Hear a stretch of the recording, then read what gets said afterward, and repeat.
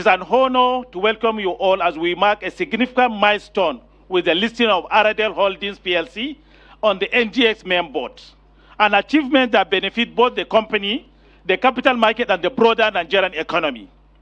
Today's listing, which involves the admission of 4.34 billion shares with a market capitalization of over 3 trillion naira, reflects the fast-forward-thinking leadership, resilience, and commitment of Aradel Holdings.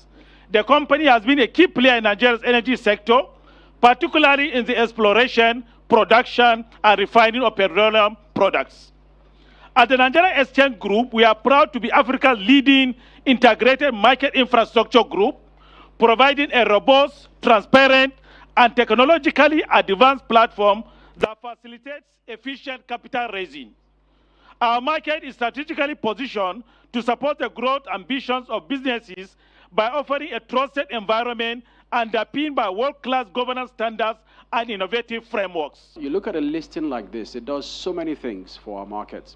It, for example, validates what we talk about local capital and local solutions to our local problems. This is an indigenous local company listed on a local exchange. They had so many other options that they could, being supported primarily by local capital. And I think that's a very good picture for, I think, a country at large. Otherwise, you look also at potential impacts on our markets.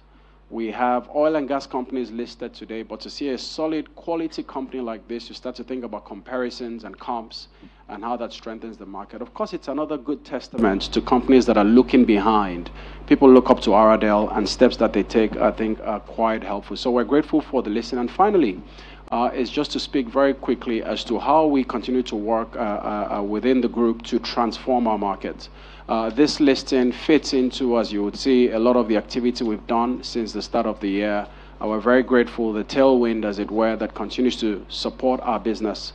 We have big ambitions around technology, about the digital transformation of our market, how to bring retail investors to this market, how to strengthen, all of the governance that supports our market. And ultimately, I think as we look at the regulator today, the SEC, who continues to take a very strong lead for all of us to follow, the exchange continues to look up to that. Today is a very happy day, of course, for Aradel, but I believe it's also a very, very happy day for the NGX group and for Nigeria in general, because Aradel is a thoroughly Nigerian company. It was envisaged, started, grown, and developed all by Nigerians. The founding fathers, actually, to me, what's most interesting about today is that the founding fathers, right at the inception, had as one of their key objectives to form a company, grow a company, but in such a way as to finally afford every Nigerian the opportunity to participate in what is now known as the energy sector. And of course, today is the full realization of that key objective. Because today it's common for companies to have a purpose apart from making money and succeeding. But way back then, over 3 decades ago, this wasn't the case.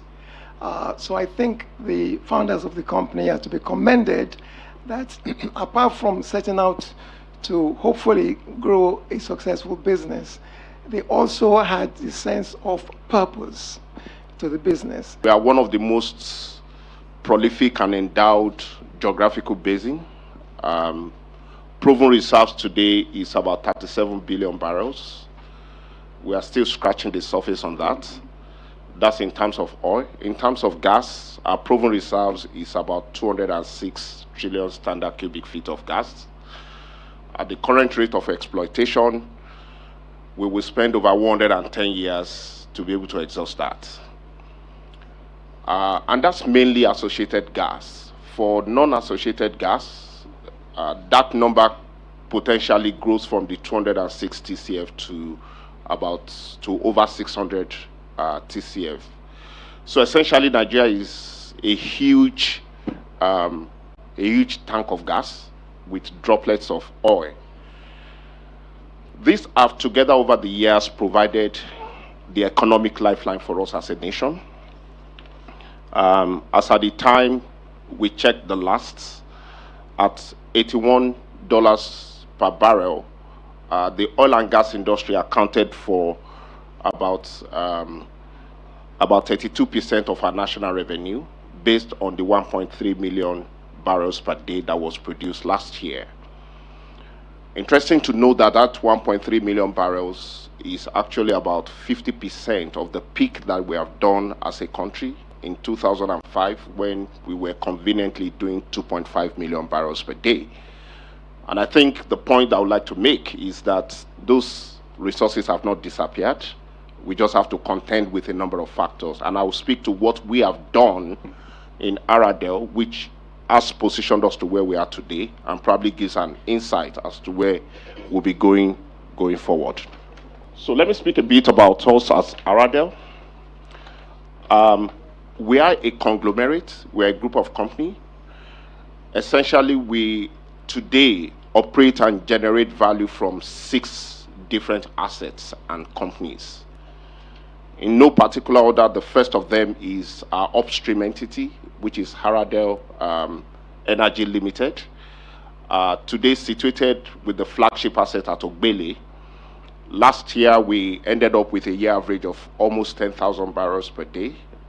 We ended this year slightly north of 13,000 barrels per day. In that place, it's a 20,000 barrels per day processing plant. In that same location as well, we have a gas plant with capacity installed of about 100 million scf per day. As at last year, we were on about 26.5 million scf per day in terms of average production. As at half year this year, we won 40 million scf per day. In that same location, we also have a modular refinery.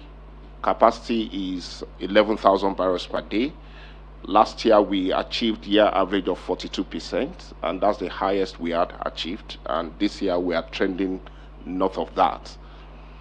All that combined together to establish a year revenue, full year revenue of 2023 at $342 million. But that's not the only set of assets that we have. We also have another asset, which is a marginal field called Omerelu.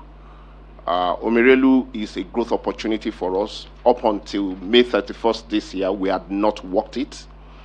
But on May 31st this year, we successfully re-entered a well in that, and we've started production from there. And it represents one of the growth vistas for us going into the future.